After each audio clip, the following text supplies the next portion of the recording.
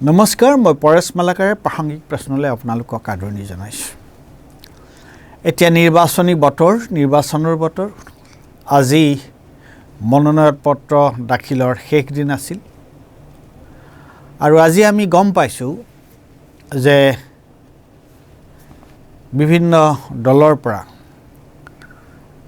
কোন প্ৰাৰ্থী কোনে এই নিৰ্বাচনত প্ৰতিদ্বন্দ্বিতা কৰিব। আৰু আপোনালোকে যদি কোনবোৰ লোকে নিৰ্বাচনত প্ৰতিদ্বন্দ্বিতা কৰিছে সেই প্ৰতিদ্বন্দ্বীসকলৰ সেই প্ৰাৰ্থীবোৰৰ আপোনালোকে যদি তেওঁলোকৰ যদি প্ৰফাইলটো চাই, তেওঁলোক আচলতে কোন, তেওঁলোকে কি কৰে সেইটো যদি চাই, আপোনালোকে কেইটামান কথা তাত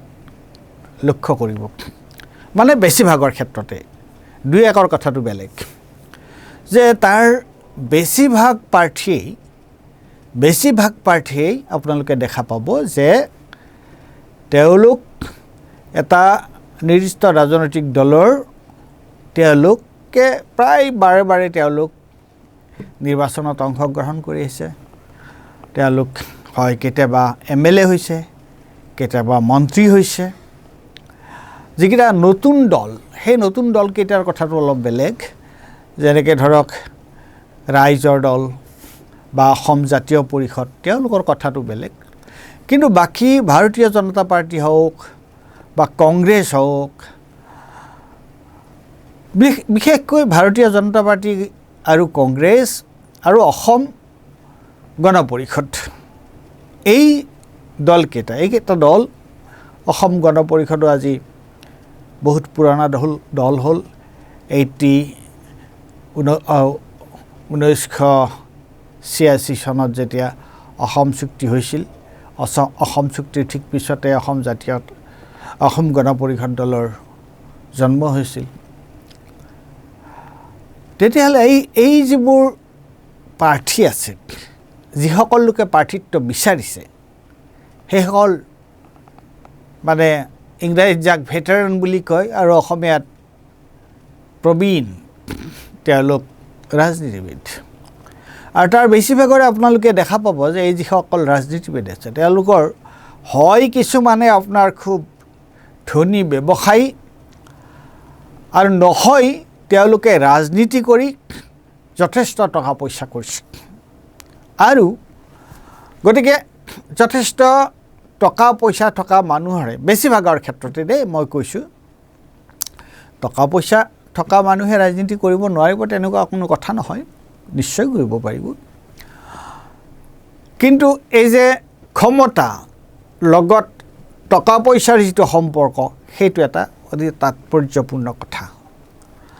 আৰু 2 নম্বৰ কথা মই আপোনালোকক ক'ব ওলাইছোঁ, এই যে আপোনালোকে যিবোৰ পদত্যাগৰ নাটক দেখিছেনে, পদত্যাগৰ নাটক দেখিছে নহয়, যে এটা দলৰ পৰা পদত্যাগ কৰি তেওঁলোকে অইন এটা দলত সোমাইছে। আৰু এই যিবোৰ পদত্যাগৰ যিবোৰ নাটক, আৰু নাটক নহয় বা সঁচি যিবোৰ দলত ত্যাগৰ ঘটনা ঘটিছে, এটা দল তেওঁলোকে ত্যাগ কৰি এটা দলৰ পৰা তেওঁলোকে অব্যাহতি লৈ তেওঁলোকে অন্য এটা দলত যে সোমাইছে, এটা দলৰ পৰা তেওঁলোকে দলত ত্যাগ কৰি এটা দল এৰি অইন এটা দলত যে সোমাইছে, তেওঁলোকে কিয় এইটো কৰিছে? বিশেষকৈ যিসকল লোকে এটা দলত তেওঁলোকে প্ৰাৰ্থিত্ব যদি পোৱা নাই, কোনোবাই তেওঁলোকে নিৰ্দলীয় হিচাপে উঠিছে আৰু কোনোবাই অইন এটা দলত তেওঁলোকে যোগদান কৰিছে। গতিকে এই সময়ছোৱাত আমি এটা কথা লক্ষ্য কৰিছোঁ যে আমাৰ যিটো ৰাজনীতি, আমাৰ ৰাজনীতিৰ লগত যিসকল ব্যক্তি জড়িত হৈ আছে, তাৰ সৰহ সংখ্যক লোকৰ যিটো চৰিত্ৰ, সেই চৰিত্ৰটো কিন্তু এইটোহে, তেওঁলোকৰ যিটো বৈশিষ্ট্য সেইটো এইটো যে তেওঁলোকে যি পাৰ্টীৰে নহওক, তেওঁলোকে কিন্তু মূলতঃ তেওঁলোকৰ যিটো ব্যক্তিগত লাভালাভ, ব্যক্তিগত প্ৰশ্ন, সেইটোকে তেওঁলোকে অগ্ৰাধিকাৰ দি তেওঁলোকে ৰাজনীতি কৰিছে। আৰু সেইকাৰণে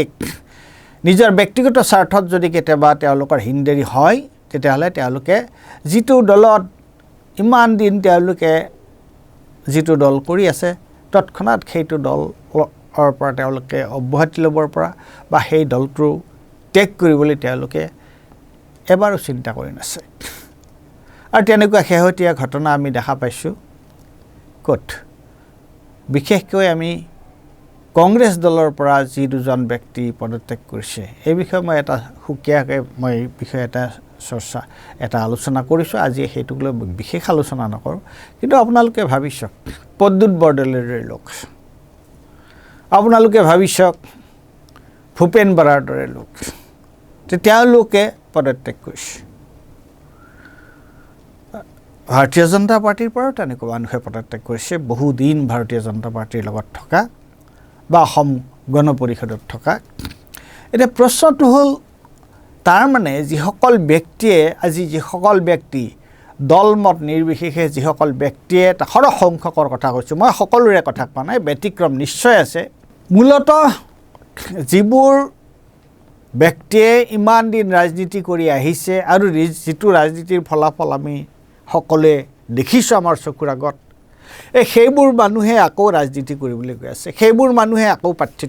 প্ৰাৰ্থিত্ব বিচাৰিছে। দুই এক বিৰল ব্যতিক্ৰমক বাদ দি। গতিকে এনেকুৱা লোকে যেতিয়া ৰাজনীতি কৰিব তেতিয়াহ'লে আমি এই ৰাজনীতিয়ে জনসাধাৰণৰ কথা চিন্তা কৰিবনে বা জনসাধাৰণৰ স্বাৰ্থত কাম কৰিব নে তেওঁলোকে নিজৰ দলীয় স্বাৰ্থও নহয় ব্যক্তিগত স্বাৰ্থ? এইটো এটা কিন্তু অত্যন্ত চিন্তাজনক কথা। বাকী যিটো কথা আছে আমি আগতেও কৈছোঁ, সদায় কৈ আছোঁ, মই মোৰ যিবোৰ প্ৰাসংগিক প্ৰশ্ন যিবোৰ সম্পাদকীয় তাত সদায় কৈ আহিছোঁ যে এই মুহূৰ্তত আমাৰ কাৰণে এটা ডাঙৰ সমস্যা হৈছে যে ভাৰতীয় জনতা পাৰ্টীৰ চৰকাৰ 2014 চনত ভাৰতীয় জনতা পাৰ্টীৰ চৰকাৰ, কেন্দ্ৰত চৰকাৰ ভাৰতীয় জনতা পাৰ্টীৰ চৰকাৰ অহাৰ পৰা সমগ্ৰ দেশখনৰ পৰিৱেশটো কি হৈছে, সাংবিধানিক প্ৰমূল্য কেনেকৈ নোহোৱা হৈ গৈছে, আৰু যিটো ষ্টেট ক্ৰাফ্ট বুলি কয় যে এটা ৰাষ্ট্ৰযন্ত্ৰ এক ধৰণৰ নিৰপেক্ষ হ'ব লাগে, পক্ষপাতিত্ব কৰিব নালাগে, আৰু যিবোৰ গণতান্ত্ৰিক অনুষ্ঠান সেই গণতান্ত্ৰিক অনুষ্ঠানবিলাক স্বতন্ত্ৰ হ'ব লাগে, আৰু যিবোৰ অনুষ্ঠানৰ মুৰব্বীবোৰ তেওঁলোক পেছাদাৰী লোক হ'ব লাগে। আৰু যোৱা সময়ছোৱাত আমি দেখিছোঁ যে যিটো আমাৰ ৰাষ্ট্ৰযন্ত্ৰ বা গণতান্ত্ৰিক অনুষ্ঠান যিবোৰ, সেইবোৰ তেওঁলোকে এটা দলীয় ভাৰতীয় জনতা পাৰ্টীয়ে বিজেপি RSSে সম্পূৰ্ণৰূপে তেওঁলোকে সেইবিলাক দখল কৰিবলৈ চেষ্টা কৰিছে। আৰু সেইকাৰণেই এতিয়া সংকট আমাৰ কাৰণে বহুকেইটা। এটা সংকট হৈছে যে ৰাইজৰ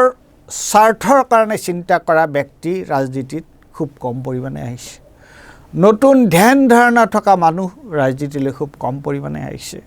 নতুন দলকেইটাৰ কথা মই বিশেষ নকওঁ, কিন্তু পুৰণা দলকেইটাৰ ক্ষেত্ৰত তাৰ পিছৰ সমস্যাটো হৈছে এইটো যে যিটো দলে ভাৰতীয় জনতা পাৰ্টীয়ে ভাৰতবৰ্ষত কেন্দ্ৰত 2014 পৰা তেওঁলোকে চৰকাৰ কৰিছে, আৰু 2024 নিৰ্বাচনতো যদিও তেওঁলোকে বৰ ডাঙৰ ধৰি দিছিলে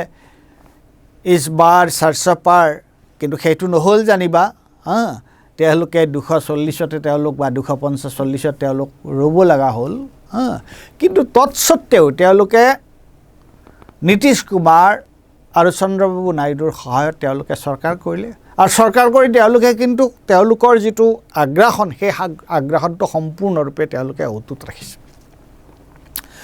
গতিকে ৰাজনীতিৰ মৌলিক পৰিৱৰ্তন নহ'লেও এতিয়া আমাৰ কাৰণে চিন্তা হৈ পৰিছে যে এওঁলোক যদি শাসনত থাকে,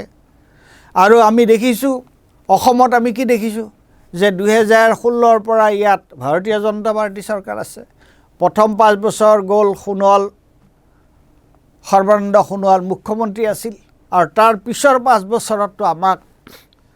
এই অসমীয়াত এটা কথা কয়, কথিত ভাষা এইটো তামাকাহা আমাক এই আমাৰ বৰ্তমানৰ যিজন মুখ্যমন্ত্ৰী সেই মুখ্যমন্ত্ৰীয়ে অসমৰ ৰাইজক কেনেকৈ পানী খুৱাইছে কি অৱস্থা কৰিছে যি মন যায় তেওঁৰ যি মন যায় সেইটোৱে আইনলৈ তেওঁ ৰূপান্তৰিত কৰিছে যে এই পৰিস্থিতিত যদিও ৰাজনীতিৰ এটা আমূল পৰিৱৰ্তনৰ কথা আমি দেখা আমাৰ চকুৰ আগত নাই কিন্তু এই অপশক্তিটোক যদি এই যে সংবিধান বিৰোধী সাম্প্ৰদায়িক শক্তিক যদি বাকী যিবোৰ ৰাজনৈতিক দল আছে বিৰোধী ৰাজনৈতিক দল আছে তেওঁলোক ঐক্যবদ্ধ হয় যদি তেওঁলোকক পৰাজিত কৰিব পাৰে সেইটো অসমৰ ৰাইজৰ কাৰণে এটা বৰ ডাঙৰ সকাহ হ'ব পাৰে নোৱাৰে মই নাজানো কিন্তু মই এই কথাটোৱে ক'ব বিচাৰিছোঁ যে এই সময়ত যিসকল ব্যক্তিয়ে ৰাজনীতি কৰি আছে সাম্প্ৰদায়িক আৰু সেইকাৰণে কি হয় যে এই ধৰণে যিবোৰ ৰাজনীতিকে কেৱল নিজৰ স্বাৰ্থৰ কাৰণে ৰাজনীতি কৰে সেইকাৰণে তেওঁলোকে ৰাতিটোৰ ভিতৰতে তেওঁলোকৰ যদি নিজৰ স্বাৰ্থ তেওঁলোকে যদি দেখিছে এতিয়া প্ৰদ্যুৎ বৰদলৈ দেখিছে যে তেওঁ আগতে তেওঁ মন্ত্ৰী আছিল যোৱা 5 বছৰ তেওঁ মন্ত্ৰী হ'ব পৰা নাই অথচ সাংসদ হৈ আছে তেওঁক নহয় তেওঁক MLA হ'লে নহ'ব তেওঁক সাংসদ তেওঁক মন্ত্ৰিত্ব লাগে গতিকে তেওঁ ভাবিছে চাগে তেওঁৰ কেলকুলেশ্যনত সঁচা মিছা সময়ে ক'ব তেওঁৰ ৰ'ব নোৱাৰা হৈছে যে মন্ত্ৰিত্ব নোহোৱাকৈ ৰ'ব নোৱাৰে গতিকে তেওঁ আজি ইমান বছৰ এটা দলত থাকি সেই দলটো ত্যাগ কৰাৰ কাৰণে তেওঁ একো চিন্তাই নকৰিলে আৰু সকলোৱে কৈছিল যে প্ৰদ্যুৎ বৰদলৈ চিন্তাশীল লোক পঢ়া শুনা কৰা মানুহ কিন্তু কি দেখিলোঁ আমি গতিকে এটা বিপদ হৈছে যে ৰাজনীতি এচাম